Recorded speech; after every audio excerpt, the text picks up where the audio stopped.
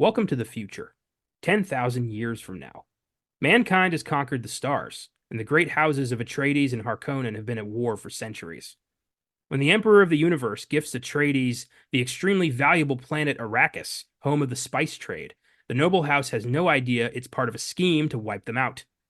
Harkonnen goes to war on Arrakis, and only the youngest Atreides, the Duke's son Paul, can summon the power to save his house and fulfill a prophecy in the 2021 sci-fi epic Dune. I'm Connor Eyzaguirre, I'm Colton Jenkins. and this is Filmgazm.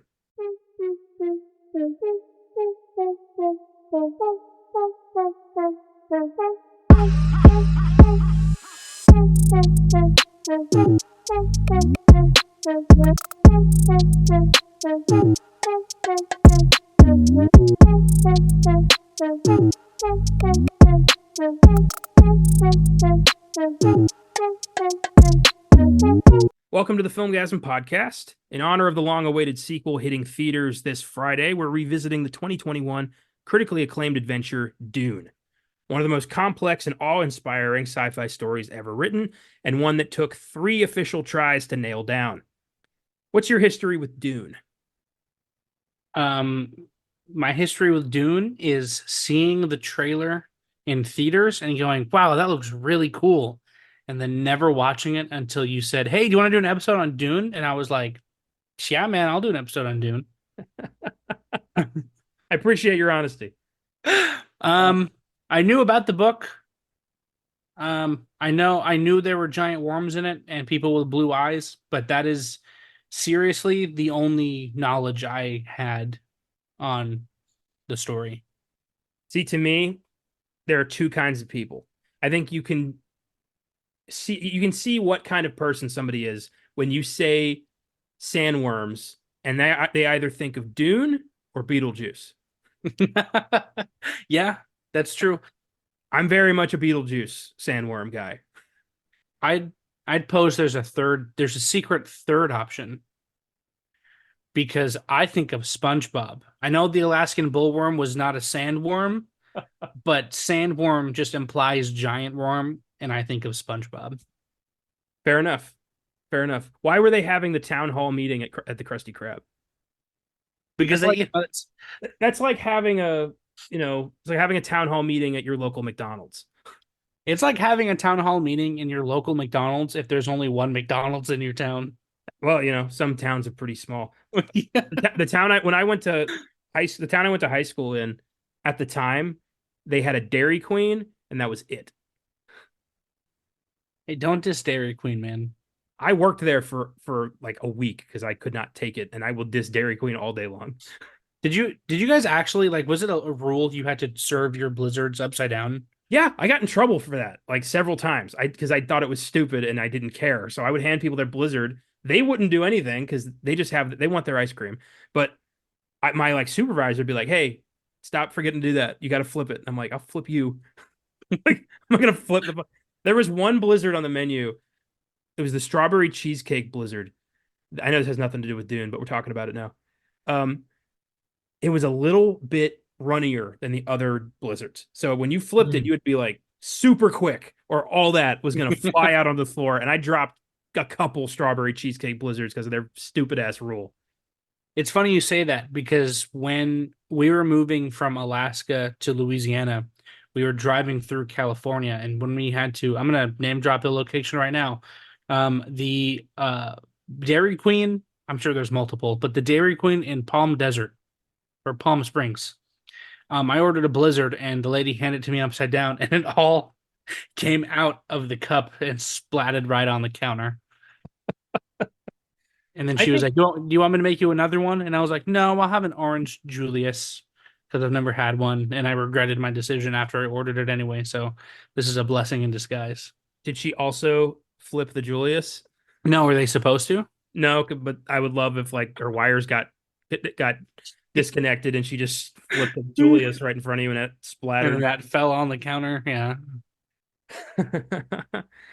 Well, yeah, Derek. I'll go there, but I hate it. I hated that job. I was gone within a week. I don't stay anywhere if I hate it. Yeah, that's fair. Their dipped cones, though, are the best thing there. The one by my apartment now is like the only DQ I've found in Texas that serves chocolate soft serve. Chocolate soft serve Yeah. with the cherry dip. Oh man. Well, yeah. It's not technically all right. I shouldn't say that part because I did sign an NDA when I got hired, and I don't want to end up. Uh, but just to be safe, I'll tell you when we're not recording. But Dune. So uh, my dad is the biggest Dune fan on the planet, and he's been telling me about Dune for a while because he was really hoping I'd get into Dune. And spoiler alert, I did not really get into Dune. Tried to read the book for this podcast. I got 100 pages in, and nothing had happened yet. I was reading about the economic disparity on Arrakis, and I had a moment of like, "Are you shitting me?" And I closed the book, and I was like, I can't do this. I'm not doing this. I had like another 600 pages to go, and I had like 4 days to the recording. I think I told you this, but it seems like Dune is the book that William Goldman you know, put together for Princess Bride. It, that Yeah, the Princess Bride. So the way what he's talking about is the Princess Bride is like written to be an abridged version of a novel that William Goldman discovered by S. Morgan Stern mm, and keeps mentioning throughout the book about all the shit he had to cut out of that to make this palatable. It's not true. It's meta, but Dune very much feels like a book that could have lost a few hundred pages. yeah, you're reading the unabridged version. I am. I know Your too dad is much about actually I knew too much about the space economy now, and I wish I didn't. your dad's gonna go back and try to read the book and be like, "What the fuck? This stuff isn't in there." I had the first four books. I was prepared to go full franchise on this. Oh I man. got rid of them. I didn't want them in my house. No. But other than that, I watched the original 1984 film when Austin and I were prepping our 100th Filmgazm episode of the original run of the show, Hmm. which was a David Lynch extravaganza focused around Twin Peaks Fire Walk with Me.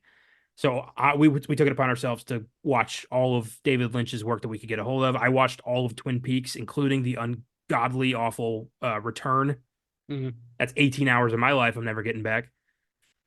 Um, I was gonna cut Dune and the Straight Story, but I had a lot of extra time on my hands when I finished all the primary work. So I was like, fuck it, I'll watch Dune. And I liked the Straight Story. That was a very, very sweet story about a man driving a lawnmower across state lines to see his brother.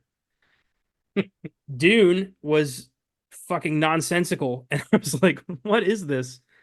And then a year later, Villeneuve came out with his version, and I saw it and was like, oh, this is Dune. Okay, I get it. This is what everyone Yeah. likes. This is Dune. This is why this is a celebrated piece of pop culture. So yeah, he was the right guy to tackle this. Villeneuve has become the go-to guy for high concept modern sci-fi, Hmm. and all the power to him.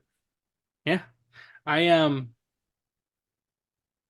So I tried watching the original Dune. Actually, yeah, I tried watching not the original one, the 2021 one. And I tried watching it when I had COVID and it all just, my eyes were like glazed over, so I didn't get it. I But then remember because you told me you were going to watch Dune, and then you never talked to me about it. yeah. But I watched the David Lynch one first, and then I watched the new one. And boy, the David Lynch one is so not good. I don't want to be mean and say it's bad because, there are worse movies out there. But like once I saw the human computer had Kool-Aid lips, I was like, okay, there's better ways to go about doing that. Yeah, that movie, it's a product of its time. Yeah. It only do so much with 1984 special effects. George Lucas had no problem with it, but uh, you know, we can't all be Star Wars. Yeah. Um, so my question to you, this story very much like a lot of different sci-fi fantasy stories deals with the concept of the chosen one, Hmm. the prophesized hero destined to have all the best superpowers and free the whoever's from the ne'er-do-wells. And Dune is very much one of those. Paul is the Kwisatz Haderach, as it's called. And I was just wondering, are you a fan of Chosen One stories? And why or why not? I think they can be done correctly, but they're used a lot now, especially. I feel like honestly they're used a lot more now after Harry Potter. Mm. But like it can be done right. One of my favorite, two of my favorite chosen ones are from video games, like Link in The Legend of Zelda. I think that's done right. The Doomslayer from Doom, he's the chosen one, and I think that's done really well because literally every demon in hell has PTSD from this man. But I don't like the chosen one where it's like obvious they're a chosen one. But if they're like a poor Victorian child asking for a second helping of gruel, and then they become, Anakin Skywalker, Mm. that's cool. Yeah, to me, it's just I see it as like a lazy writing trope where it's like Hmm. this guy is we know he's going to be the main character. We know nothing bad's going to happen to him. We know he's going to win. And Yeah, I find that, it's like, well, why am I reading this then? Or why am I watching this? Like if I know what's going to happen, what's the point? exactly. Um, I think yeah. stories where you, instead of watching the chosen one, I can't think of any right now, but it's more interesting to watch a movie from a perspective of someone that's not the main character. You know what I mean? Yeah. Like the main character is in the movie, but we're not following them. Yeah, I think it's because that's a risky thing to do Yeah, in a big budget film because Hollywood is reliant on tropes because tropes sell tickets. People go to see stuff that they're comfortable with. yeah. And I don't. I mean, I do, but I also go see experimental nonsense that, might rev my engine. Like I'm gonna go see that weird ass Sasquatch movie, that's for sure. Um I actually I'm so tired of this trope that the book series I wrote, uh my vampire trilogy, I went out of my way to make sure it wasn't a chosen one story. Yeah. Like my main character is it's entirely a fucking accident that he's even involved in this. Like his daughter was supposed to be the target. He got involved. He was left for dead. They didn't kill him as much as they thought he did, or as much as they thought they did. And now he's involved, but they're all like, "Why are you still here? We don't want to deal with you. You don't need to be." I actually have a character in my third book say, "This is not your story anymore." Yeah. Like that's me saying, like, yeah, he's not the chosen one. He's the one who was like who stepped up. Like that's kind of Yeah. how I see I it. like So that. I I like like, that so much. yeah, Oh, fantastic example. Kratos in in the newer games, he yeah. is actively trying not to be the chosen one. Well, I mean, the chosen like to spoil the game. Sorry, it's been out for a while though. Is his son. His son Atreus, Yes. he's the chosen Yeah. one. Kratos is just There along you for the go. See ride. that there's an example. Like your Kratos is the main character. Look at him. But he's not the you know what I mean? He's not the main character. What he is in the Norse games, he's the main character of another story who wandered into someone else's, Yeah. which is such a cool idea, and I've never seen that done outside of this game. Yeah, actually that's a really good point. Yeah. Yeah, it's a neat idea. Yeah, I just think there are ways to write your story. You can do chosen one stories a little differently. You Hmm. know, put your spin on it. Make it don't make it so unpredictable. And I don't mean go full season 8 of Game of Thrones and just ignore everything you've set up because God damn it, that's dude. incredibly unrewarding. Uh, What do you mean? yeah, Ram's the chosen one. What are you talking about? that final season was it was like you've been like, yeah, I'm gonna get vulgar for a second. I deserve it. It's like you've been in a intense fuck sesh for 7 seasons. It's been building. You've been doing everything you can to keep it from ending too early. and then she just leaves. She just gets up and You walks don't out. you don't get any satisfaction. It's over, and you're left there wondering what the fuck was all of this for? No kiss on the forehead. Nothing. She's gone. She's out. Not even, do you want to buy a quick pizza? Nope, just I'm tired. I'm going home. And you're like, what? What? Wait, what? And you don't even have enough energy to take care of yourself. It's over. You just You're just lay. frustrated and pent up and angry. Oh God. That's what that last season was. You know. Anyway, yeah. So that's my question. Yeah. Okay. I couldn't decide on one, so I kind of have two. I feel Okay. like I do this a lot, but so I'm sorry, but I'm not gonna change. You mean we have to talk more than we usually would? Oh my god. Yeah, can you imagine? Um, so my original question was the feeling I got from this movie, and I could be very wrong, but it's very much like it's weird that I'm saying this, but it seems like, especially in part two, it's gonna go, what makes you who you are? Is it family or environment? And I just want your opinion on that. And then also, who is your favorite chosen one? Okay. I like that. So, like, do you agree with the blood of the covenant is thicker than the water of the womb? Is that the saying? I think so. Yeah. Um, the idea of nature versus nurture, right? Yeah. I'm 100% in the nurture camp. Yeah, Um, absolutely. yeah, I think that nobody is born who they're supposed to be. You become Mm. who you're supposed to be through the actions of the people around you and through your choices. I believe that wholeheartedly because my life could have gone in a very different direction had certain things not happen, certain things happened differently when I was a kid. Mm. If I'd been raised by the parent I was not raised by, I don't know if I would be who I am today. I would have not had the people in my life that I have today. I'd be a completely different version of myself. Same if I'd lived in a different town in high school. Same if I'd, hadn't moved to Austin. Like it's entirely based on the world around you and the decisions that are made on your behalf and later that you make for yourself. Um, like I think certain people, like if let's get a little extreme here.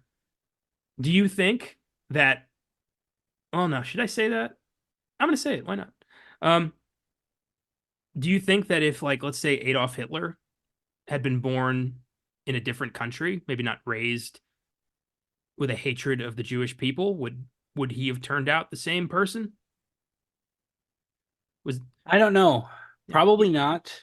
But that's because part of me also thinks, I'm not religious or anything, but, you know, we were talking about this before. I think everything happens for a reason. Yeah. So I don't think he would have, become, Adolf Hitler as we know him today, but he would have amounted to something similar, Hmm. if not worse. So you think certain people have a destiny that's unavoidable? Yeah, I believe in destiny, but to an extent. I think if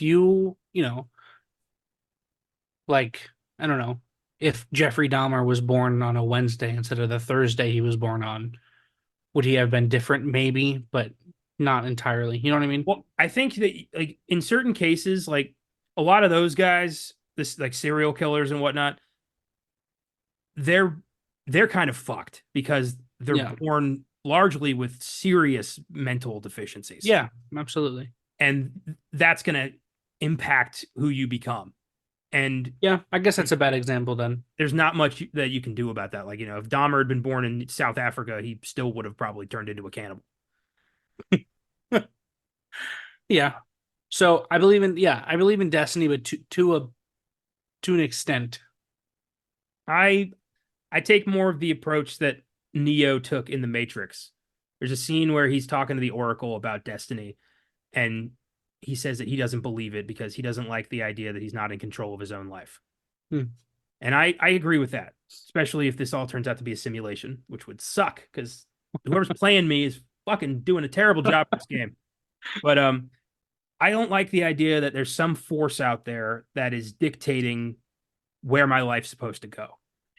I really don't like that. I need to believe that it's me who's doing all this. That I'm the one who's either fucking this up or succeeding. So I agree. I don't think it is a force. I think it is something primal deep within us subconsciously that we cannot help. Hmm. Like, I don't know. Like Hitler, Hitler will always just deep down inside be like, man, fuck the Jew. At least a little bit. Jesus. Well, that's an interesting idea that almost we're kind of preordained in a certain way, like towards certain traits or certain roads. Yeah. And once we're on those roads, it's kind of up to us to decide from there. Kind of a mixture of fate and Yeah. coincidence. That's one way to look at it. I'm so anti like religion, anti fate that I can't understand or fathom the idea that any other force besides my own intuition is pointing me in any direction. And that's just my personal belief. I can't be part of that. Yeah. Let me. Okay. So Back to the Future Part One. Okay. The Now whole you're point. speaking my language. All right. Yeah. The whole point of it is Marty McFly has to get his parents together because he is ceasing to not exist. Yeah. I would argue by the end of the movie, Martin McFly doesn't exist as he did before. He has completely changed his entire life. He is not the same person he was at the beginning. Yeah. So the destiny Martin McFly will not exist by the end of this movie still has been accomplished. Not entirely, but his life is completely different now. Mm-hmm. So it was always supposed to happen that way. See, I don't think Back to the Future has those rules of the future is going to happen because Back to the Future 3 cancels that out. When Jennifer and Marty don't get into the wreck with the Rolls Royce, the "you're fired" note that Jennifer has disappears. And when she confronts Doc about that, Doc gives her the all-time gem: the future is whatever you make it, so make it a good one. Okay, let me be even more far fetched and stupid here. You don't know that he doesn't get fired. What if the reason that paper is erased, I don't know, instead of putting their money and time into building futuristic fax machines, because a DeLorean was destroyed on the train tracks, they decided to focus on railroad safety. And now that's why Doc's train can fly. Because, I mean, Martin McFly still gets fired. We don't know what happens. We know that the fax machine still exists because it's not the paper that disappears, it's the words on the paper. But the logo is still there. Fantastic. I can go to the store right now and get a paper and put a header on it. Not from a future fax machine thing that you don't have access Yeah. to. Okay. You can't challenge me on Back to the Future.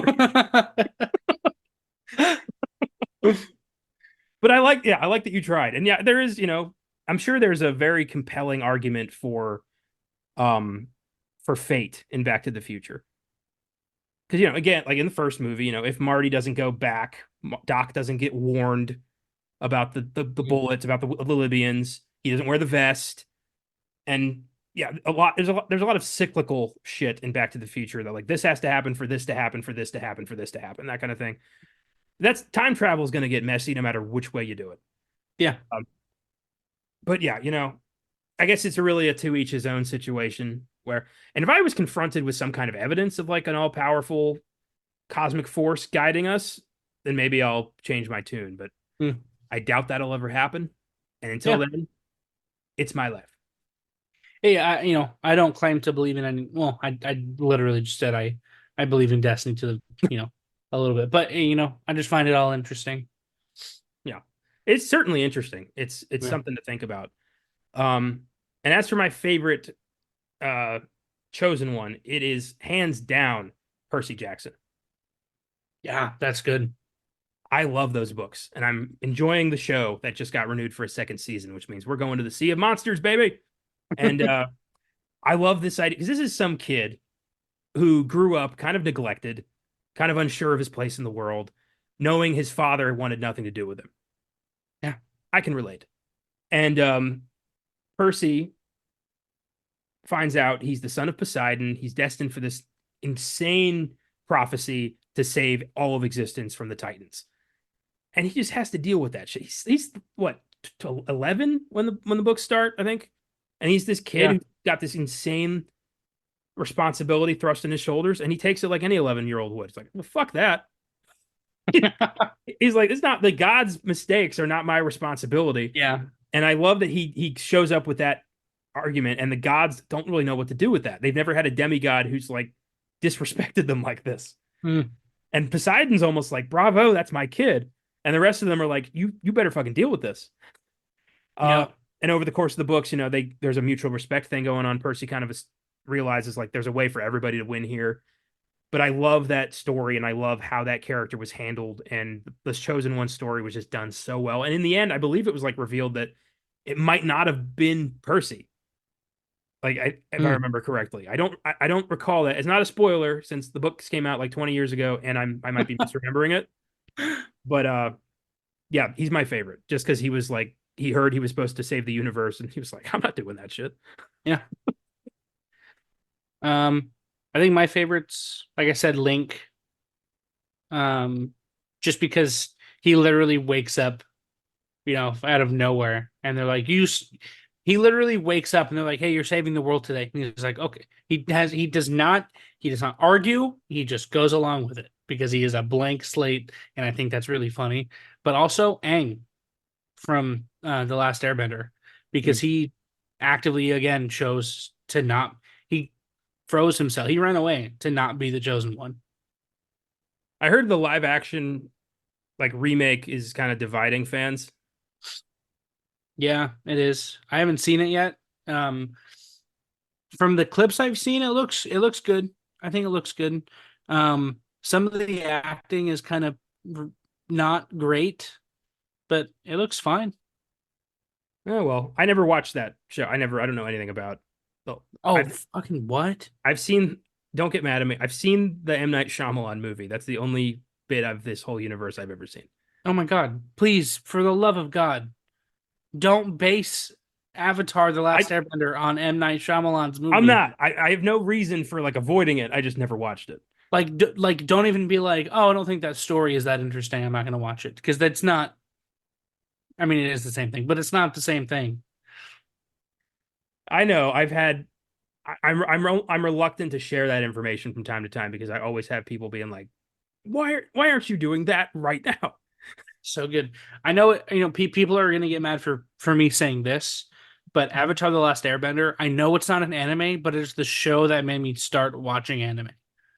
Isn't Be- it an anime because of the style? Isn't that what anime is? The yeah, style? but you get fucking assholes that are like, it's not anime because it's not from Japan. Shut up. It's in the same style, it's in the same art. It was meant to be like that. So shut up. But yeah, like that ending, I realized how it honestly made me realize how good this is going to sound so awful coming from me, but how good cartoons can be, how good anime can be. Yeah. Yeah. Batman did that for me, but to each their own. Well, I guess not cartoons. Anime is because I always thought anime was like cheesy and like over the top, which it is. But fuck, man, Avatar is so good. Well, cool. Cool, cool, cool. I heard that the guy who did Shang-Chi is doing a Naruto movie. I haven't seen any Naruto, but I'd probably watch it. I don't know. I don't know. See, that's a door that once I open is gonna be hard to get out of. Yeah, man, there's a lot of good anime out there. I know. Believe me, I know. Everyone I've ever met has told me that. Good questions. Yeah, Mm. that was a good one. Um, okay, so my main sources for today's production history segment are the bonus features available on the Dune Blu-ray, which has quite a bit of interesting featurettes about production and the history of the novel, and then a little bit from Wikipedia for some specifics. Dune began life as a novel by Frank Herbert, first published in 1965. It's one of the most revered and successful sci-fi novels of all time. Herbert wrote 5 sequels before his death in 1986.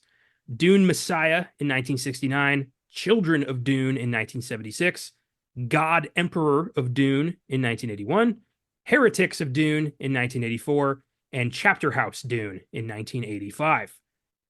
Following Herbert's death, his son Brian Herbert and author Kevin J. Anderson continued the Dune universe, or as I call it, the Duneverse, with over a dozen novels since 1999. You go to any used bookstore, there's an entire shelf of Dune because of largely Brian. He's done, Dune, House Atreides, Dune, House Harkonnen, Paul of Dune, Son of Dune, Dune of Dune, and whatever the fuck.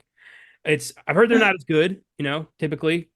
It's like Tolkien's kid's not going to do as good as, writing Middle Earth as he is. You go to the source for the best stuff. Spice up your spice up your life. The official Arrakis cookbook. Turns out it's a lot of worm meat, Just yeah. a lot of sand. Go outside, grab a handful of sand, and add a pinch to the pot.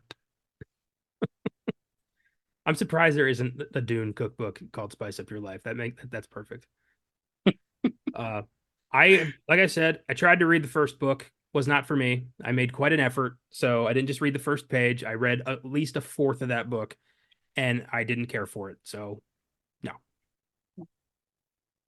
I don't like high concept sci-fi. When it comes to like novels, I think I'm more of a fantasy guy. When it comes to movies, I lean more towards sci-fi. But I don't know. I think reading fantasy is more fun than reading sci-fi. I think a lot of sci-fi novels are bleak. Yeah, I agree. Yeah. I think I prefer fantasy.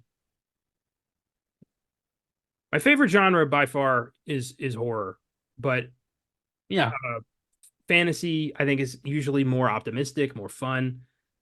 Sci-fi always has to have this like, what is human? Why are we doing this to ourselves kind of thing. And like that's cool, but Jesus, go outside for a little bit. I just looked up if there is a Dune cookbook. There was not, but I found pictures of people doing Dune dinner parties. Duner parties. Dooner parties, and it's like someone baked a pie in the shape of a worm. You've been following that popcorn bucket controversy? No. Oh my God, yes. I want to know where they are so I can stay far away. I think the Dune popcorn bucket is obviously designed for the people who got dragged to see Dune by their friends, have no interest in seeing it, and have to keep themselves occupied for 2.5 years. God. Oh my God. Make sure you get plenty of butter. You're gonna need it. I'd buy it. Not for any reason in particular, just because it's a cool bucket. I love that now anyone who wants to buy that bucket for like, to display it or to like if they're a Dune collector or something, now they're gonna feel the need to explain themselves. You should just walk into the theater, be like, "Hi, can I have a Dune bucket?" Yeah, do you want butter? No, no, I just want the bucket, and then walk out of the movie theater with it. Like, don't go see a movie. You're a man of singular focus and you don't care what others think. Good for you. Uh, the first attempt to adapt Dune was by cult filmmaker Alejandro Jodorowsky, who tried to adapt Dune in the 70s. The project was ultimately canceled due to an increasingly out of control budget. A documentary was made in 2013 about this attempted production. It was titled Jodorowsky's Dune. And I meant to watch this for this episode before I realized this has fuck all to do with the film we're going to be talking about. If we ever do an episode on the 1984 Dune, which I doubt it, that's when I'll watch that doc and talk about it. But if you want to learn more about Jodorowsky's attempt, check out Jodorowsky's Dune. I believe the doc is currently streaming on Max. So go nuts. I've heard it's quite a different flavor than David Lynch's Dune. I know H.R. Giger was involved in the creature designs. He's the guy who made Alien, so I'm sure it would have been freaky. Yeah. You put that guy in charge of a giant ass worm, you're going to get some sexual sadistic shit. It's what he does. I don't know if it was on purpose, but in the David Lynch version, there is a scene. It's when Paul is doing the hand in the box thing, and in the background, it looks like the xenomorph's head in the background. I don't know if that was on purpose or if that was an Easter egg or if I just saw something that looked like that. But Well, at that time, Alien had come out in '79, so it was a significant part of the pop culture conversation. So Mm, I'm sure that could have been a nod. yeah. Um, the first official adaptation of Dune was in 1984 by David Lynch. This Dune starred Kyle MacLachlan as Paul Atreides, beginning a working relationship that would continue with Blue Velvet and, of course, Twin Peaks. The film was box office poison. It was a huge failure. They had two sequels planned. Those were canned immediately. David Lynch disowned it entirely when it was edited without his input, and his 3 hour version was not released. He had made a certain version. The producers were like, fuck that. Cut an hour and something from his movie. Lynch was like, that's not mine. And now he never talks about it. He considers Dune his sellout moment. He says he regrets ever doing anything with it. He's never seen the new one. He doesn't want to talk about it. Dune is dead to him. Oh my God. Um, yeah, he needs to stick doing Cooper. He was so fucking bad as Paul.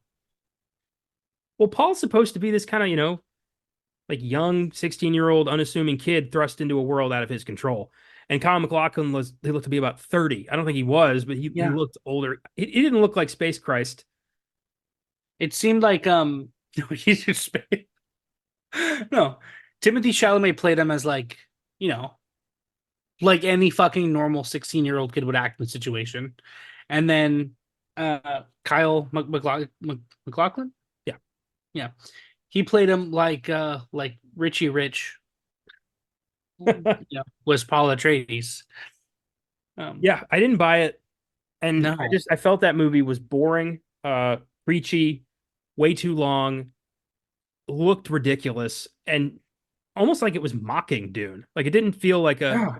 like a proper adaptation. It was like, look how goofy this is. Like Villeneuve understood this. I mean, I didn't fucking understand this, but he did. And he clearly wanted to do this and was like, I want to do this right. Say what you want about Absolutely. say what you want about the new Dune, the Noon. He it's a movie that looks unique, is Yeah. taken very seriously, and I felt was way easier to follow than even the book. Yeah. I feel like the new movie is the only way you can make a Dune movie. A Dune. I can't do it. I'm not A, as do- I'm not as quippy as you. a God doovie. damn it. You ever watch honest trailers on YouTube? Yes, but I stopped watching them in CinemaSins because I feel like they're assholes for no reason. CinemaSins, yes, but honest trailers, I do think they raise some very good points when it's to be raised. But I can't stop saying Dune in his style because it just I don't know, it makes me happy. No. Uh, so that was our only Dune for about 20 years. I'm sure people like my dad were bummed out about that. I like that their still suits were just black puffer jackets. I loved the very obvious like terrible blue eyes that were like just looked so fake. Dude, that and then their shields Oh, the were shields. awful. I remember reading about Patrick Stewart was like reflecting on his time in Dune, and he basically said something to the effect of, "I didn't know what the hell I was doing. I didn't prep for that or read anything. Oh my god, I dude. just showed up and Jesus said some Christ. nonsense." And I'm like, "Good on you, Peace Deuce. Good on you." And the fact that they fucking it's the whole first book, Yeah. but it's like where the new movie ends Hmm. is 3/4 of the way through this movie. So they cram basically an entire movie's worth, a whole second half of a book in the last like 20 to 15 minutes. Yeah. Well, basically, back then it was when the studio was adapting a beloved novel, you were just happy if they got the characters' names right. It's only recently, really, like with big budget franchises like Harry Potter, Lord of the Rings, Hunger Games, where the source material is respected and they're catering to the fans specifically by You know, being as inclusive with the book as they can be. And I appreciate that. I'm glad we live in that day and age. yeah. I mean, I don't really care. Like I haven't read the book, and I could tell that that movie was fucking incredibly rushed. Like I don't care how honest it is to the material. Yeah. See, but if you read the book and you love the book, then you would. That's true. Yeah. The next attempt was in 2000 with the Sci-Fi Channel miniseries Dune, Mm. developed by John Harrison and starring Alec Newman, William Hurt, and Saska Reeves. This version received positive reviews from critics and won 2 Emmys. So No. people liked this one. They were like, "Oh, it's a miniseries, so plenty of time to be, to fill out this story." Uh, it had a sequel series, Children of Dune, which adapted the second and third novels. It too was critically acclaimed. James McAvoy shows up in that as Leto Atreides II, Oh yeah. Paul's kid. I think that was one of his early roles. People love that one too. So it's like the only good thing I've ever heard come out of Sci-Fi Channel. So good for them. Yeah. Um, that was it for a long time. And again, as I said, Harry Potter, Lord of the Rings, you can thank them for this Yeah. dude. They became highly successful billion-dollar franchises. So after that, the hunt was on. How many other books out there can we turn into hugely profitable franchises? Mainly going into sci-fi and fantasy. And what do they stumble upon? Fucking Dune. Hunger Games. Oh shit. No, we got 3 Maze Runner movies before we got a Dune. Uh, and 3 We got Divergent movies. They an never finished that Assassin's one. Creed movie. We did. We got a fucking Assassin's Creed movie. We got what, 7 Resident Evils? Yeah. Shit. Yeah, it's amazing. The Divergent franchise never got to end. Yeah. It's unfortunate. Yeah. I didn't see it, but No. all those young adult, this latest person is special because they won't conform to society's standards. Stories are, they all kind of run together for me. The only good one, that's not, the best one is Hunger Games. You can say what you want about Hunger Games. I still think it's good. There's one called the Lunar Chronicles, and it sounds weird, but basically they took Disney princesses and made them futuristic. Like Cinderella is a cyborg. Fucking incredible. Those are good. Those are really good. That's cool. Yeah. Um, yeah, I never read any of the. I read the Hunger Games books. I read those. Mhm. I read them to impress a girl, and it didn't work. But at that point, I was like, well, I've read 2 of them. I might as well finish this. I never read the Songbirds and Snakes prequel. I didn't. I haven't read that. Yeah. No. I saw the movie. Was all right. Hmm. So Paramount decided Dune. That's our next big project, and they hired Peter Berg to direct it. 2008. Peter Berg later worked with Mark Wahlberg a lot, develop Lone Survivor, Deepwater Horizon, and Patriots Day, I believe. He left the project a year later, so there was no development in place. Paramount ended up canceling it altogether. They gave up. They're like, Berg, will you make it? No. Shit. And then they just canceled the whole damn thing. You are the only director. Didn't feel like they had a lot of faith in this. They were like, let's try Dune. And then they just said, wait, no. The film rights reverted back to Richard Rubinstein, who had acquired them in 1996. So 8 years pass. In 2016, Legendary Entertainment secured the film rights to Dune, began developing their own adaptation through producer Mary Parent. And at that point, they really only talked to one director, and that was Denis Villeneuve.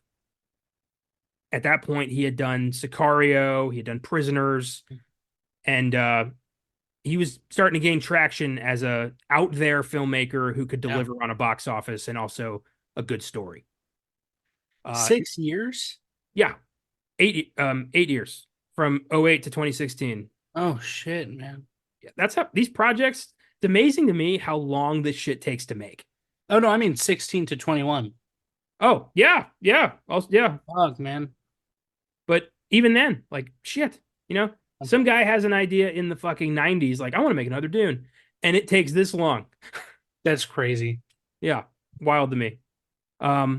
So Villeneuve said in September of 2016, he said, quote, "A long-standing dream of mine is to adapt Dune, but it's a long process to get the rights, and I don't think I will succeed."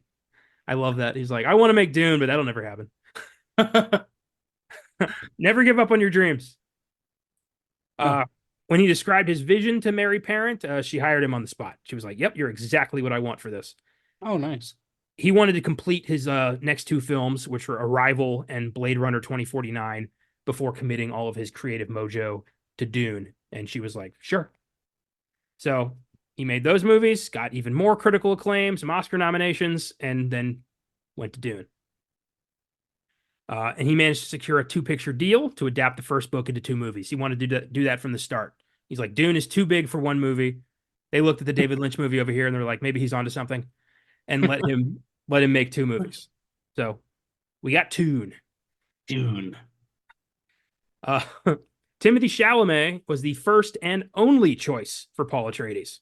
Yeah, I agree with that. I Timothy Chalamet is becoming one of my favorite actors of recent memory. I'm loving the range. I just Yeah. look at from everything I've seen him in, from Wonka to Dune to Call Me by Your Name to Don't Look Up. Like, he's a Mm. talented motherfucker. I fucking love fingerling potatoes. That part in Don't Look Up is so funny. You ever seen Call Me by Your Name? I have not. It's an emotional film and it's Army Hammer, so it might be hard to watch now, knowing what we know about him. Mm, But Chalamet got an Oscar nomination for that film, and he is playing a lovelorn teenager. And there's a scene towards the end where he's just crying while staring into a fireplace. mm. Fucking pure performance at its finest, and it's just so emotional. Michael Stuhlbarg's in the background, like just sad because his son is sad. It's so powerful. That movie was so good. I think I have a problem. Sometimes I judge actors just because they're like heartthrobs and like, oh, well, then they're not fucking good. Oh, yep, I do the same. I was firmly against Robert Pattinson as an actor until I saw The Lighthouse. Oh my God. So yeah, the same for me. Because first of all, this is awful. I'm sorry, but Twilight is a guilty pleasure just because it's fun bad. Um, but yeah, I saw that and I was like, you shouldn't act. And then I saw Good Time, and then I saw The Lighthouse, and fuck, man, he can act. He can act his ass off. None of my single guy friends have ever told me Twilight was a guilty pleasure. Bro, it's so fucking funny. It's so funny. It's almost like they're being coached. Uh, but yeah, after seeing him in The Lighthouse, like when he was announced as Batman, I remember thinking like, oh, fucking hell, really? And then I saw The Lighthouse and I'm like, bring it on. I can't wait to see this guy play Yeah. Batman. Hell yeah. Yeah. Now I'm a firm fan. And I'm just, now anytime he's attached to something, I'm like, I'm going to see that. Yeah. You said you saw Boy in the Hair and you didn't like it, but you can't deny that voice work was insane. I was very impressed with Pattinson's commitment to that voice. I thought the movie was too weird for me. Uh, so yeah, Villeneuve wanted someone who had an old soul in the body of a teenager. Chalamet fit the bill. He was signed on, and most of the cast were all personally contacted and chosen by Villeneuve. Like, he reached out to almost everybody personally, Oh, wow. including Rebecca Ferguson, Zendaya, Dave Bautista, Charlotte Rampling, Oscar Isaac, and Stellan Skarsgård. All of them came on board when he personally offered them the role. Except for Hmm. Oscar Isaac, he called Villeneuve and was like, "I want to be in Dune." And Villeneuve's like, "You want to play Leto?" And he's like, "Yes." So that's how He that was worked. like, please, Star Wars has ruined me. Give me something. Let me be in a good sci-fi trilogy. I came to realize every Star Wars trilogy has the like a trio of lead actors. One of them becomes a huge success, one of them stays on the indie scene, and one of them disappears forever. The original trilogy: Harrison Ford, crazy success. Mark Hamill, indie scene. Carrie Fisher pretty much stayed out of the limelight. Prequel trilogy: Natalie Portman, huge success. Ewan McGregor, indie scene. You can kind of interchange them. Hayden Christensen, regrettably, vanished. Hmm. Sequel trilogy: Adam Driver, huge success. Daisy Ridley or John Boyega, kind of early to say who's going to be the indie guy and who's going to be the one who disappears. Yeah. But isn't that interesting? Yeah. Interesting. Everybody gets one. Yeah. Um, Dune was originally supposed to come out in November of 2020. I remember when all this went down. Yeah. It was delayed to October 2021 when the COVID pandemic indefinitely delayed nearly every major release of that year.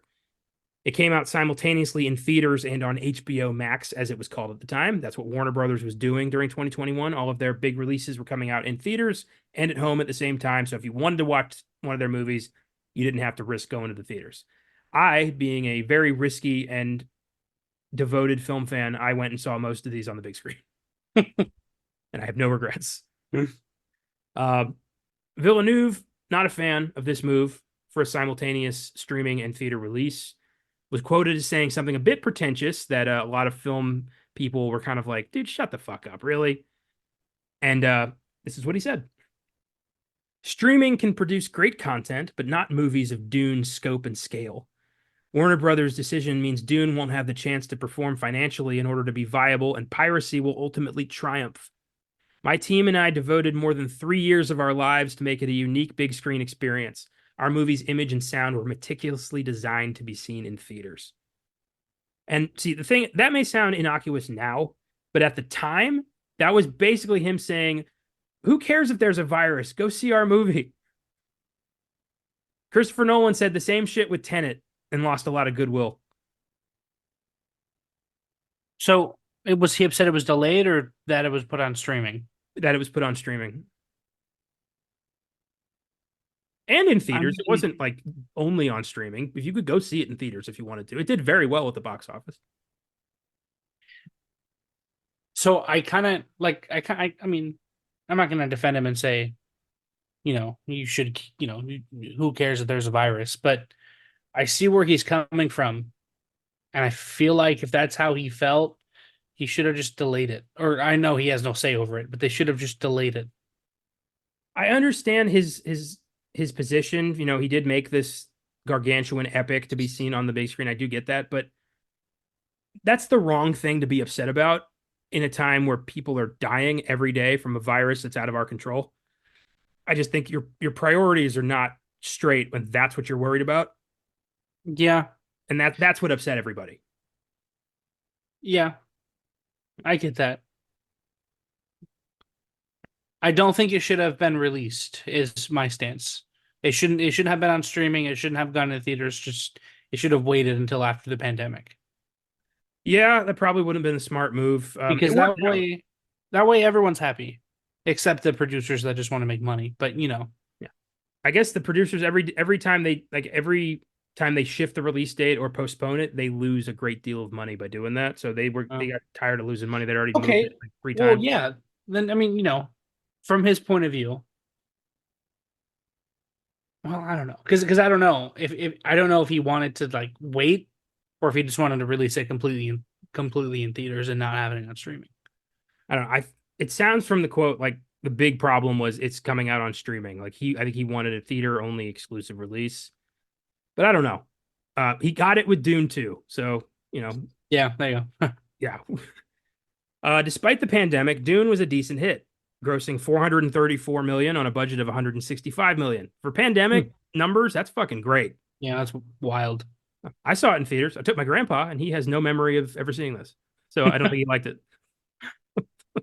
During there was a period where I was taking my grandpa to see a lot of stuff, and I could tell that he was into it or he wasn't by the way he was shifting in his seat. If he was like, if I heard grumbling, he's not into it. If he was silent, he was invested. That's great. Yeah. He did not like The Green Knight. He did not like Old. He did not like Free Guy. He did not like Dune. You didn't like Free Guy? He's a hard guy to please, admittedly, with movies. Hmm. All he ever really watches is like reruns of the Munsters and MASH on MeTV. So Well, he's got his own zone that he stays in. But I TV. no one would go to the movies with me, and that was a time where I was like, I don't want to go by myself. Now I almost exclusively go by myself. It's freeing. I don't have to deal with other people. Um, so more than that, more than its pretty decent box office, it absolutely destroyed the 94th Academy Awards, where it was nominated for 10 Oscars. Holy shit. It won 6. Best original score, best sound, best film editing, best cinematography, best production design, and best visual effects. Okay. Yeah, I agree with all of those. It was also nominated for best makeup, which it lost to The Eyes of Tammy Faye.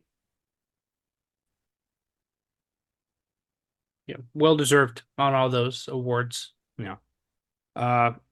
It also lost best costume design to Cruella. Bro, I don't care what anyone says. Cruella, that movie was really good, I think. I liked it. I haven't seen it since, but there's a lot of films in the past like 5 years that I liked initially, but have not gone back to. Yeah. But yeah, no, those costumes were incredible. I agree with that. When in doubt, always bet on the movie that is about fashion in some capacity. Yeah. Every time, Cruella, Phantom Thread, like always go with the movie about making clothes. It was up for Best Adapted Screenplay, which it lost to Coda, and No. Best Picture, which it also lost to Coda. Ah, Yeah. I'm like the only one on earth who really liked Coda. Honestly, I haven't heard I anybody haven't say anything about Coda. I haven't seen it, but I know what it's about. It's because it's on Apple. Like not a lot of people have Apple. I get that. It's like Yeah. there's like 8 things to watch. Like why would you bother? You can watch Ted Lasso or you can watch like 6 movies. I'd argue Ted Lasso was worth the subscription, honestly. It is. That's why I have Apple. Yeah. Um, its sequel, Dune Part 2, comes out on Friday, March 1st. So in a couple days. Uh, I'm looking forward to it. I've heard early reviews are saying it's Denis Villeneuve's masterpiece, which is, Really? yeah, they're saying this is an absolute banger of an adventure. It's fantastic. It's a spectacle. So I'm psyched. I'm seeing it Friday night. Well, hopefully this one is more.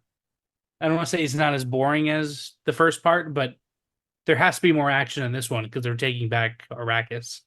Well, Dune is very much you know, a cerebral thinking man's sci-fi adventure, and the first movie is almost entirely establishment. Like this is where Yeah, everybody has to be, but it's yeah. also got a character named Duncan Idaho, so that you know, Can I say something a little controversial? go nuts. Um, so first of all, Duncan Idaho, wonderful name. I'm not gonna, I'm not gonna say that that's not a bad name, but Jason Momoa cannot act unless he's talking in a horse language. He cannot talk. He cannot act. Admittedly, he's basically committed to this whole Aqua Bro thing. Uh, the only time I've really seen him venture outside of that is admittedly Fast X. I did not see Fast X, He's playing but a that's because I psycho. He's have basically playing the Joker in that movie. what? Yeah, he's playing such a psychotic, out of control nutcase determined to destroy all these people. He says the most outlandish, wild shit. He dances around like a nutcase. He's got a ponytail. He's crazy. Huh? Okay, Yeah. maybe I'll check that out. But I did not believe any of his acting. Yeah, he's not. Certain people have a look about them, and that gets them more roles than you know, skill might. Yeah. Yep. But then you got Dave Batista, who's the best of both worlds. Bro, Dave Batista was a surprise. Knock at the Cabin blew me away. Mm. I love that he keeps playing space characters in full body makeup. Yeah.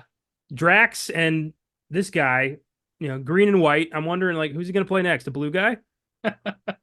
Apparently, he said, like, he wants to be in James Gunn's DCU. He really wants to play a villain. And people have been campaigning for him to play Bane for years. I think now's the time. Will Marvel let him be part of the DCU? He's already said he's done playing Drax. So, yeah, Oh shit. Okay. neat. Dune has an IMDb score of 8.0, Rotten Tomatoes score of 83%, audience score of 90%.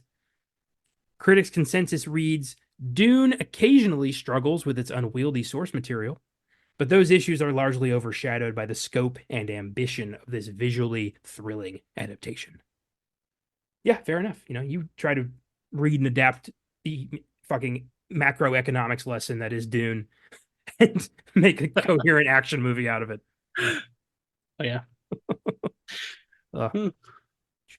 all right, now let's talk about some of our favorite moments from Dune. We've got best scene, best performance, best music moment, and best line. Where would you like to start? Let's start with music because I actually have something to say as opposed to last episode. Um, I don't know what any of the songs are called, but the main theme, like that woman choir. Hmm. God, that's so good. I'm gonna sing that in the morning when I step out of the shower. It's hard to believe that this was only Hans Zimmer's second Oscar. Uh, Dude. yeah, and he earned it. I mean, goddamn, one of the Letterboxd reviews I didn't choose for what's in the box was this what was it? This Hans Zimmer music video really went all out. Honestly, that's a pretty good way to describe it. 'Cause I think we said it in The Princess Bride. There are scores that just complement the movie, and then there are scores that elevate the movie. And 100% the score elevated this movie. Yeah, yeah, it absolutely did. It's my favorite thing about the movie. Admittedly, Hans Zimmer, he, Dune has always taken a lot of inspiration from like Islamic tradition. You can tell Yeah. there's a lot of like the wording, a lot of the language and the music definitely sounds kind of like the bit that you're talking about reminded me of like the Islamic prayer chant. Yeah. I don't think that was an accident. Uh, I think we first hear that in the movie during Paul's vision when he's doing the box test, Yes. and that is also what I wrote down. Uh, Oh, nice. yeah, that's such a great sting. Um, I remember the first trailer for Dune used a cover of Pink Floyd's Eclipse. And I was Oh, like, this is fucking gold. Like, I didn't give a shit about Dune. And then the trailer, I was like, well, I kind of give a shit now. That looks exciting. that's cool. Uh, I also have written down the initial worm attack when Paul first sees the Ooh. worms take down that Yeah. mining rig, and like the music is like here it's almost like it's chanting like here doth come the god of Arrakis. Yeah. Like this is the real power on this planet. Not you, not the Harkonnens, not the Fremen. It's these giant ass worms that can swallow an entire city. It's, Yeah. it's Desert power. desert power. Exactly. Um, I guess just to, kind of mirror that, when Paul comes face to face with the sandworm, when it's chasing him and his mom and it stops and it stares at him, the music there is really subtle, quiet, and then the deep thudding. I count that as music. The sound that the worm makes. Dude, fuck. That was like because I like the worm. I know he wasn't looking at Paul, but there was kind of a moment there. I don't want to say it was power recognizing power, but it was like, Kind of was. you know, like they understood each other. You know what I mean? Well, there you can hear the phrase Kwisatz Haderach like whispered in a lot of the score, almost to remind you, like, hey, Yeah. Space Christ. Spacecraft. Yeah. And I think that was the moment where the worm's like, I'm gonna remember you. So is there only one worm, by the way, or are there multiple? Oh, it's multiple. It's a species. Okay. Yep. Okay, good. Okay. Yeah, they're the ones making the spice. What?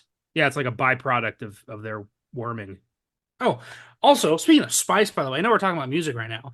I didn't realize the reason that the Bene Gesserit are mad at Jessica. I didn't know this. Spice can you can using spice you can change the gender of your child. According to the lore of Dune, you can pretty much use spice for anything. Yeah. Yeah, and that's why they were so fucking angry with Jessica because they were like, "Why the fuck didn't you have a daughter?" Oh, and also, I didn't realize this either until this watch. You know, Jessica and Leto are not married. She's Nope. his concubine. Hmm. Wild. Yeah, that's a. I got that far in the book where Jessica's like, "I wish he'd marry me," and he's like, "Why? You already gave me a kid." Like, oh, that's nice, Duke. That's great. Can we take a minute to just talk a little bit about the fact that the wording in this movie, you've got Kwisatz Haderach, Bene Gesserit, Harkonnen, Atreides, and then you got Paul and his mom Jessica. Like, Yeah. I, I don't like that when fantasy and sci-fi stories have like ridiculous words and then Yeah. regular names. That always bugs me. I think the reason that that happened was obviously because, they ran out of cool names. You couldn't think of any more. But also in lore reason, like they're still from Earth.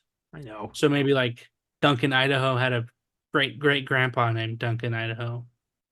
From yeah, he Duncan from Idaho. Yeah, Duncan from Idaho. Yeah. Probably. I know. It's just every fantasy thing, every fantasy sci-fi story does that. There's not a single story that doesn't do that. Yeah. Lord of the Rings, you got, Sam. You got Yeah. you got a pony named Bill. Like, Game of Thrones, you got Daenerys Targaryen and Cersei Lannister, and then you got Jon and his brother Rob. Yeah. It just takes me out of it. Like, I want to do a story where like all my like it's like a sci-fi fantasy story where like everyone has like a sci-fi fantasy first name, but like a super Irish last name. Like, you know, Gazrak O'Shaughnessy or something like that. I think, and just never address it. That's great. And they'll Uh, say like not even an Irish accent. They'll say like top of the morning to you. oh man. Anyway, that's just something I've been thinking about for a while. Let's go to performance. Uh, some good performances in this movie. I don't think there's any that are particularly like astonishing. No. That's just me. I know there's people out there who think this movie's a godsend, and that's totally cool. You do you. Yeah. Uh, I have a feeling Austin Butler's gonna wow all of us in the new one. Oh fuck yeah, he is in it. Yeah. He's playing Sting. Yeah. Um, I mean, everyone's great. Well, no one is everyone is great, but no one outperforms anyone. But I kind of like that, especially for this movie. I feel like that's kind of on par with the movie.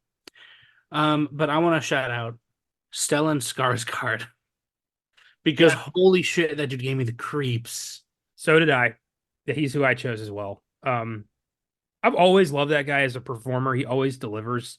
Yeah. And the character of Baron Harkonnen is supposed to be this like vile Jabba the Hutt looking motherfucker who just exists to be a blight on the galaxy or Yeah. on the universe, I guess.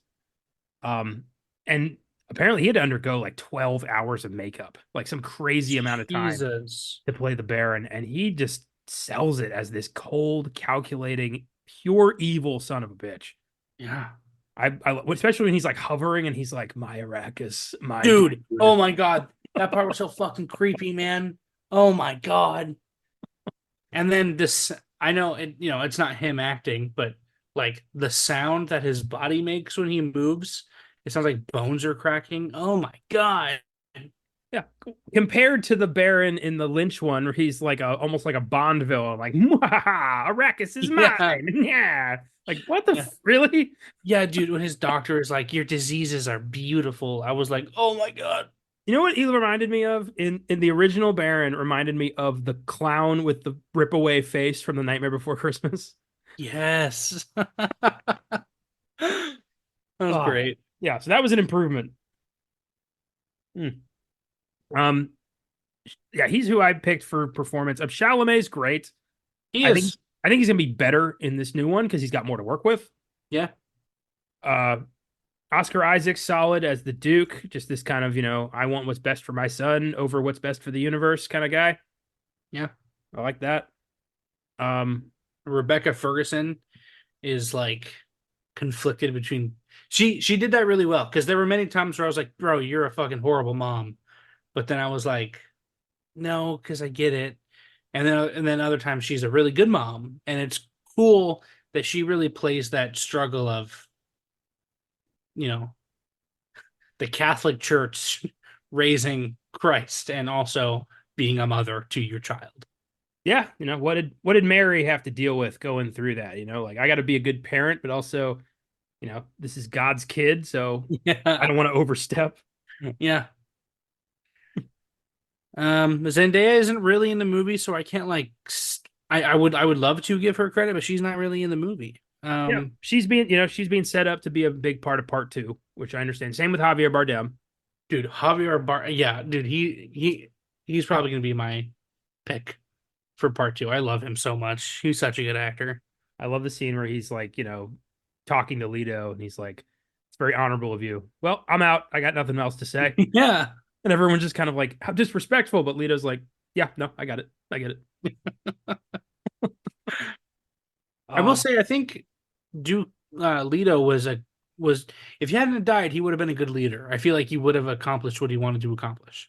yeah, Atreides, they're clearly the good guy in this conflict. I think everyone Yeah. kind of understands that.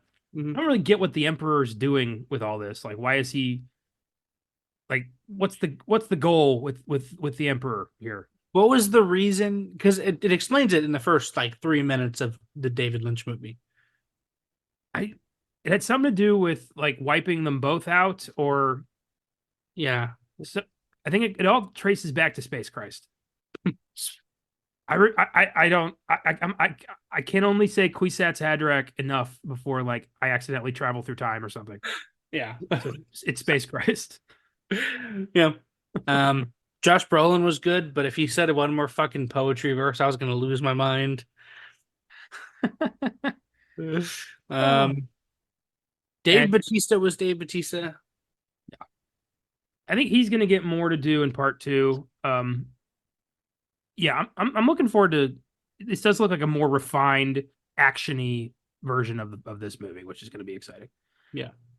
Um, all right, let's move to line. Uh, there's some memorable lines in Dune. Yeah. Uh, I have one from it's when Duke is talking to or Duke Leto's talking to Paul.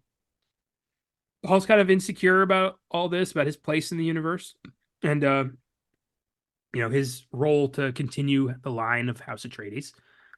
And Leo kind of affirms that, everything's going to be okay by telling him, "Your grandfather said, a great man doesn't seek to lead, he's called to it, and he answers. And if your answer is no, you'll still be the only thing I ever needed you to be, my son. I found my own way to it. Maybe you'll find yours." That was really cute. It Yeah. I don't remember that in was the really book. The book, touching. he's like, "You will do it, or like you'll get nothing and like it." Is basically his attitude in the book. Yeah. And that's why Bram became king of Westeros. Yeah. Why do you think I came all this way? No, you did not. You were running away from it. I will never forget reading about Jesus Isaac Hempstead Christ. Wright, who played Bran. Read like when he was reading the script and they said like you become king. He was like, "This is less hilarious." So where's the real script? My Yeah, he God. thought it was a joke, and they were like, "This is the real script," and he was like, "What? Really? Oh, all right." Yeah. I am never gonna stop taking pot shots at that Hmm. horrendous final season of television. Um, I just think it's not supposed to be funny, but the way that the line is delivered made me chuckle. It's when Paul is like, and grandfather fought bulls for sport.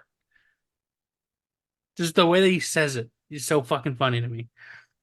There's a new thing I'm noticing in movies. I'm gonna call it, ironically, a Napoleon complex. It's got nothing to do with being short. There's a line spoken in the film Napoleon with Joaquin Phoenix from last year that was some of the worst delivery and one of the most ridiculous lines in a serious film I've ever heard. And now every time I hear a line with that same delivery and same tone, I'm going to call it a Napoleon complex. And that is one of the moments.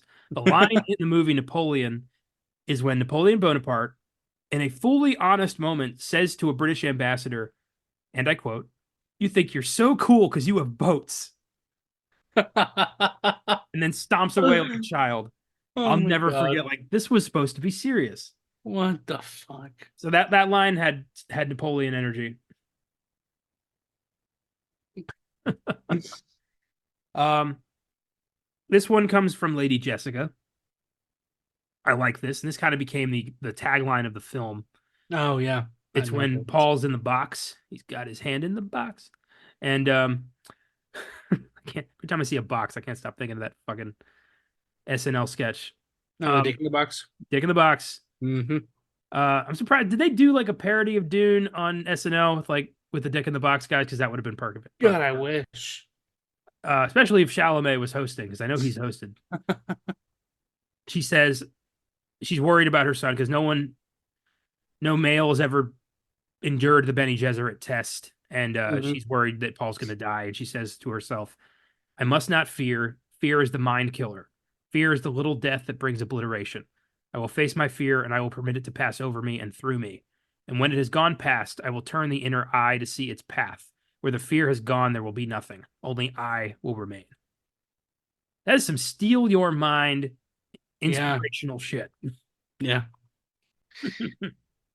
Um, I got two because the first one isn't really a line. I mean, it is, but it's the very first thing we hear, even before like producer tags and everything.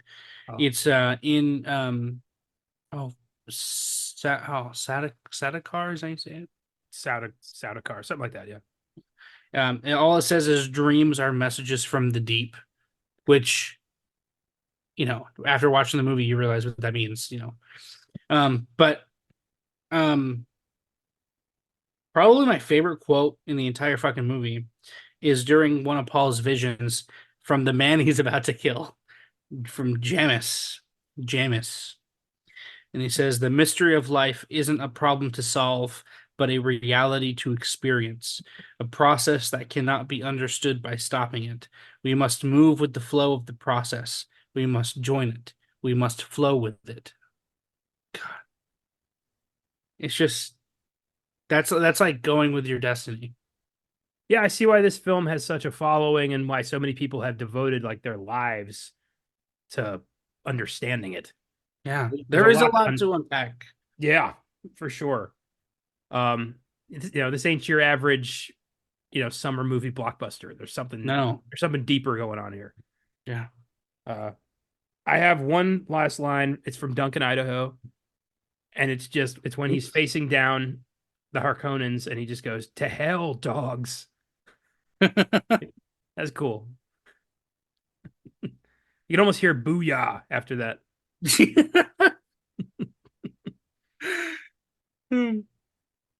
I just think it's funny when Duncan Idaho is like, "Oh, look at you! You put on some muscle." I did. No, like Duncan Timothy Chalamet. Duncan, Idaho sounds like a Midwestern porn star. Yeah, it does. I, I wonder if was that when Frank Herbert sent Dune to the editor and they were like, "We fucking love this. This is one of the greatest novels we've ever read, but does it have to be Duncan, Idaho?" And Herbert was like, "Yes. Yes, it does." It's like that was his non-negotiable like thing. Like, I will not. I'll change whatever you need, but I'm not changing Duncan, Idaho. God. He's probably lost a bet to one of his friends, and he's like, "You better fucking put that in there." Oh my god. Yeah, I was like, I'm gonna pick a name out of the phone book and I'm gonna throw a dart at a map of the United States, and you're gonna make a name out of both those things. Um, it's not a quote. I just think it's really fucking funny. Right now, if you go to imdb.com to the Dune page and you go to quotes, one of the one of the quotes, it has 27 helpful votes, 47 not helpful votes, and the quote is from Cheney, which is Zendaya's character, Mhm. and the entire quote just says Paul. That's funny. You want to hear something cool? So on Letterboxd, uh, you have whenever you've seen a movie, a big green eye on the website says reviewed or seen with the green eye. Mhm. Dune is the only film on the site that has a blue eye. That's cool. Well, Dune 2, and the Lynch Dune all have it. If it's Dune That's related, cool. it's got the blue eye. I thought that was neat. I like that. Uh with that, let's go to scene. What are some of your favorite scenes in Dune? Um, it's the fight between Paul and Jamis Mhm. when he gives him three chances, which is so fucking cool. He was like, "Do you yield?" And he's like, "What is your?" And Javier Bardem is like, "Is your kid a fucking idiot?" Like, obviously, he's gonna have to kill him. And then he does it again, and then the guy swipes, like, pushes his hand away and keeps fighting, and then he tries to spare him a third time. Have you ever And have you ever seen the movie Balls of Fury? no, It's a ping pong movie, Enter the Dragon style. So it's like a crime lord running a ping pong competition. It's funny as hell. It's Christopher Walken is the crime lord, oh my god, and our hero is this like washed up Olympic ping pong player who fucked up once as a kid and has never lived it down.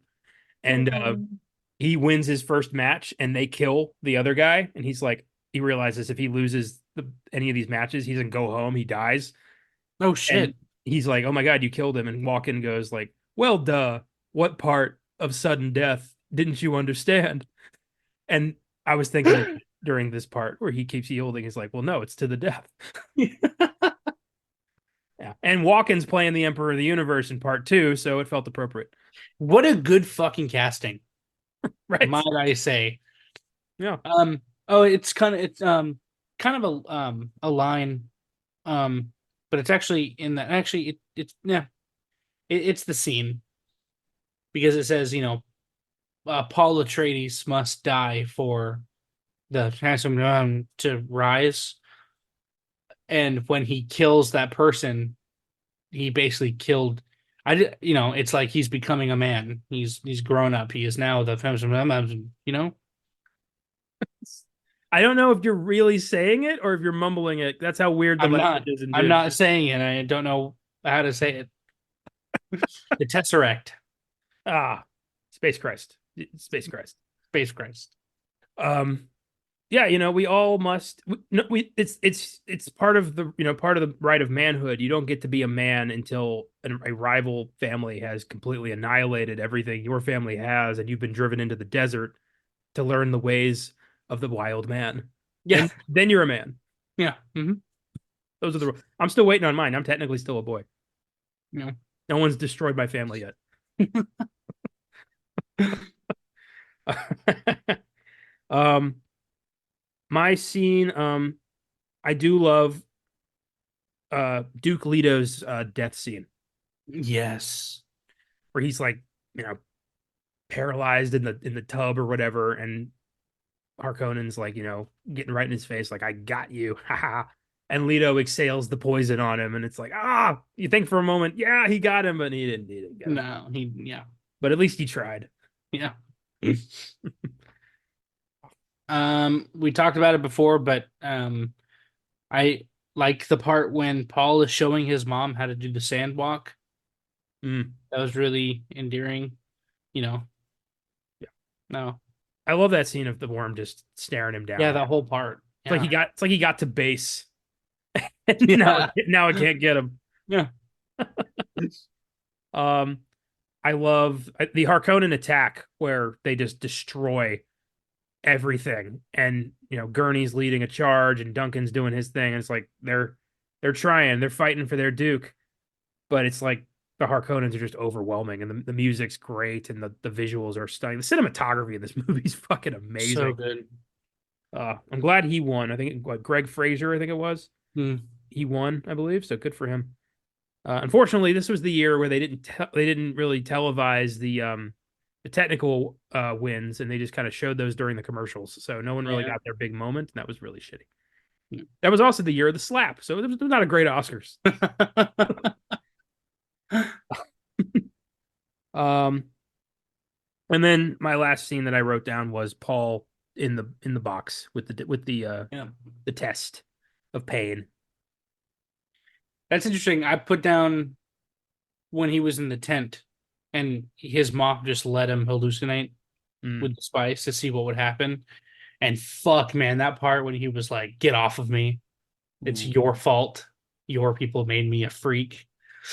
Because he's not fucking wrong. And I could tell that she kind of regrets it. Yeah, she had a purpose, but that, the love for your child can outweigh your purpose. We see that Yeah. happen in fiction a lot. Yeah. I like that. I like when somebody chooses their kid over job. Yeah. Yeah.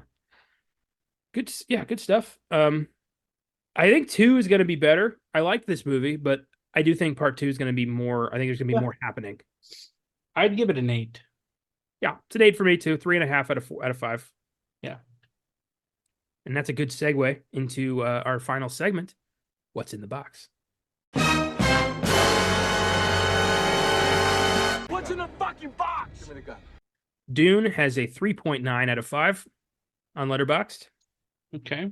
Very good. However, not everybody loves this movie. And I have 2 positive ones and 2 negative ones. But all amusing.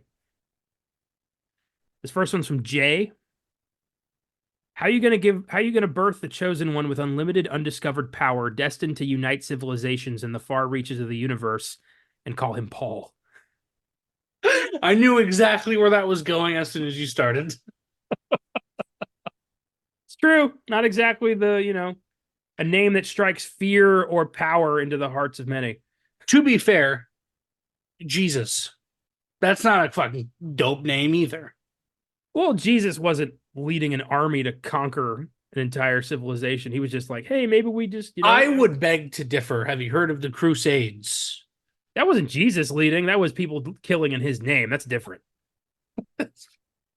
Okay, yeah, that's fair. Yeah, I wouldn't put all of the actions of every Christian person in history On on Jesus. Jesus. Yeah, that's true. He just wanted to make furniture and Yeah. Just like, if somebody like Fight Club, if somebody kills somebody because Tyler Durden said it was a good idea, I don't think that's necessarily Tyler's fault. Oh.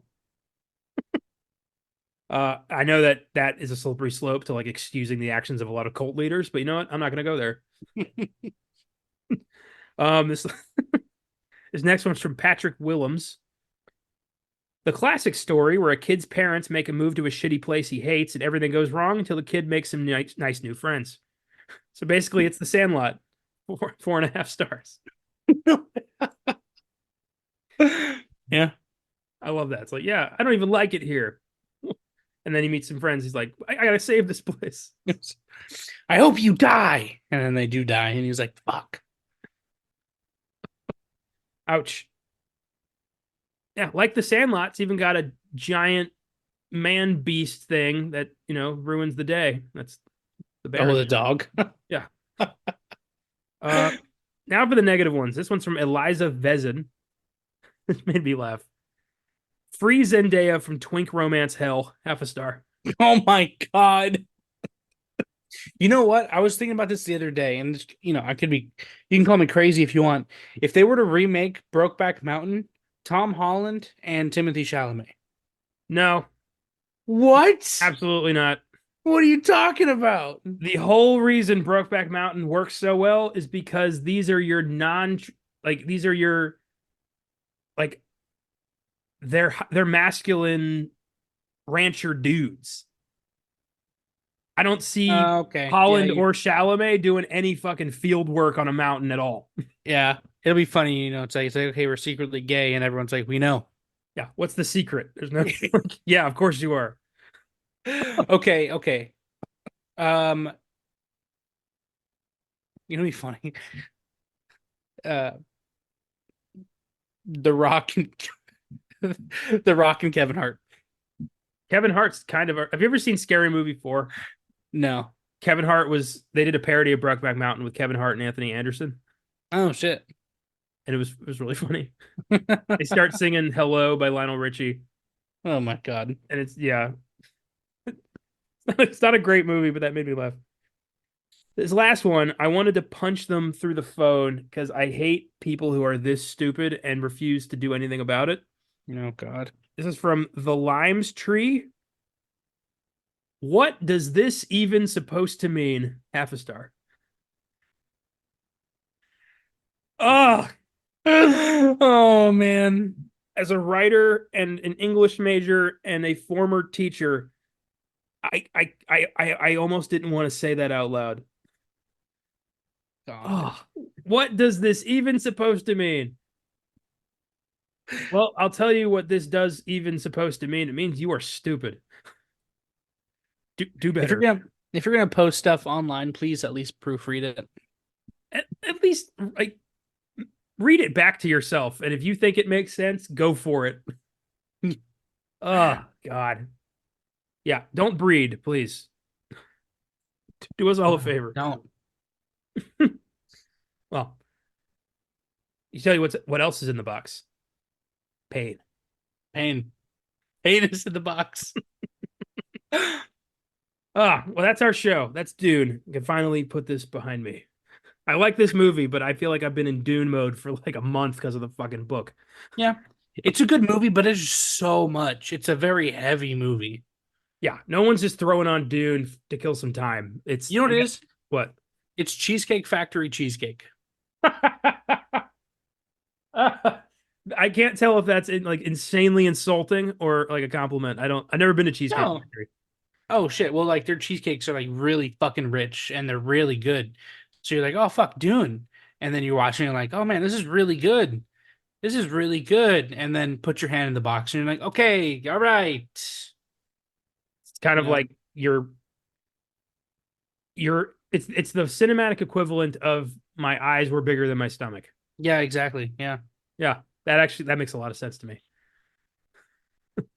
I've heard Cheesecake Factory is like the most fattening restaurant in the country. So I've never gone there because I It's feel so like if I go there, it's my last meal. I'm actually gonna write that on a letterbox right now. I'm gonna say for Dune. Well, thanks for listening, everybody. If you like what we do, feel free to follow us on Facebook, Instagram, and X at Filmgazm Productions. If you want to suggest films for us to check out, you can email us at filmgazm@gmail.com or send us a message through any of our socials. Check out our letterbox accounts for daily reviews. You can search for me at Connor95, and in my friends list, you can find the rest of the team. Check out our website, filmgazm.com, where I have a link to my letterboxd. If you want to read my reviews, you can also find articles, trailers of upcoming films, in every episode of our show. If you'd like to become a monthly donor to Filmgazm Productions, feel free to click on the link in the episode description. From there, click on Support This Podcast. You can choose to donate $1 a month, $5 a month, or $10 a month, and all donations go right back into the show. We greatly appreciate it. Thanks to the entire Filmgazm team for their contributions to the show. Thanks to Cooley Cal for our awesome theme music, and thanks to you for checking out the show. Next week is the 5-year anniversary of the Filmgazm podcast. God damn. Where does the time go? We've rebooted 3 times. We've released over 650 episodes of content, and I'm proud of every single one of them. Yeah. There's really only one movie we could discuss on our 5-year anniversary. The first episode we ever did, or rather, that I did. When former teacher Jack Torrance gets hired as the new winter caretaker for the Overlook Hotel. He drives his wife Wendy and his son Danny out to the hotel to live with him through the winter. But the hotel is home to evil spirits, or maybe Jack is just losing his mind. All work and no play makes Jack a dull boy in the 1980 horror classic The Shining. It just feels right. This is the 3rd time The Shining will be discussed properly on the show, and it's gonna be the best. It's gonna be the best time. Oh yeah, I'm fucking excited. Yeah. And discuss this horror classic, talk about sequels and remakes and the novel, and also what this show has meant to all of us for 5 years and how it's the best decision I've ever made in my life is starting this thing and everything I've gotten out of it. And I'm so excited to gush next week. It's going to be great. Come play with us next week as we discuss this horror masterpiece. In the meantime, never forget, he who controls the spice controls the universe. Fear is the mind killer. Long live House Atreides. Take it easy. Keep watching movies. We'll see you next week.